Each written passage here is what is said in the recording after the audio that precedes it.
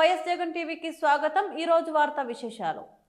ZP chairperson Girijamma మాట్లాడుతూ మహాత్మా జ్యోతిబా పూలే వర్ధంతి సందర్భంగా ఆయన విగ్రహానికి పూలమాల వేసి నివాళులర్పించడం జరిగింది। ఈ సమాజంలో ఉన్నటువంటి బడుగు బలహీన వర్గాల వారికి సమాన హక్కులు రావాలి, సమాన అవకాశాలు రావాలని పోరాడిన వారిలో ముఖ్యంగా జ్యోతిబా పూలే ఉన్నారు। గాంధీజీ కంటే కూడా ముందుగా మహాత్మా అనే బిరుదుతో జన నీరాజనాలు అందుకున్నారు। ఈ సమాజంలో సగభాగం స్త్రీలు ఉన్నారు। స్త్రీల అభివృద్ధితోనే ఈ సమాజం అభివృద్ధి చెందుతుందని కూడా విద్యతోనే సాధ్యమని ఆయన భావించి ఆనాటి కాలంలో ఎక్కువగా బాల్య వివాహాలు ఉన్నటువంటి ఆ కాలంలోనే మహిళల కోసం కళాశాలలు నిర్మించి ఈ సమాజానికి ఎంతో ఉపయోగపడేలాగా పనిచేశారు। అటువంటి మహనీయులు అందరికీ కూడా మనం అందరం కూడా ఆదర్శంగా తీసుకోవాలని జడ్పీ చైర్పర్సన్ గిరిజమ్మ కొనియాడారు। భావించి ఆనాటి కాలంలో ఎక్కువగా బాల్య వివాహాలు ఉన్నటువంటి ఆ కాలంలోనే మహిళల కోసం కళాశాలలు నిర్మించి ఈ సమాజానికి ఎంతో ఉపయోగపడేలాగా పనిచేశారు। అటువంటి మహనీయులను మనం అందరం కూడా ఆదర్శంగా తీసుకోవాలి।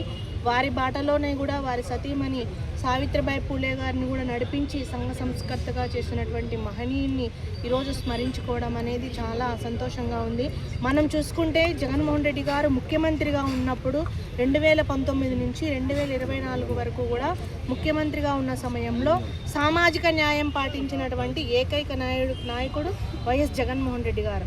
ఎందుకంటే మనం చూసాం సామాజిక న్యాయం పాటించారు, మహిళా సాధికారత పాటించారు, మహిళలకు రాజకీయంగా అవకాశాలు కల్పించారు।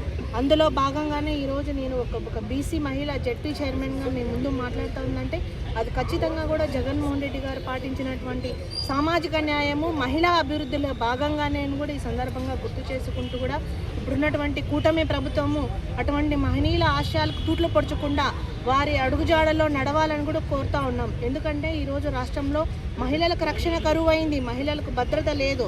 ఈరోజు చిన్నారులపైన, మహిళలపైన, ముసలి వాళ్ళపైన కూడా అఘాయిత్యాలు జరుగుతూ ఉన్నాయి। అటువంటి చేసిన వాళ్ళని తక్షణమే కూడా మీరు శిక్షించి ఈ మహనీయుల ఆశయాల అడుగుజాడల్లో నడవాలని కూడా ఈ సందర్భంగా కోరుతా ఉన్నాం। మరొకసారి కూడా మహాత్మా జ్యోతిబా పూలే గారికి ఈ సందర్భంగా ఘన నివాళులు తెలియజేస్తా ఉన్నాం।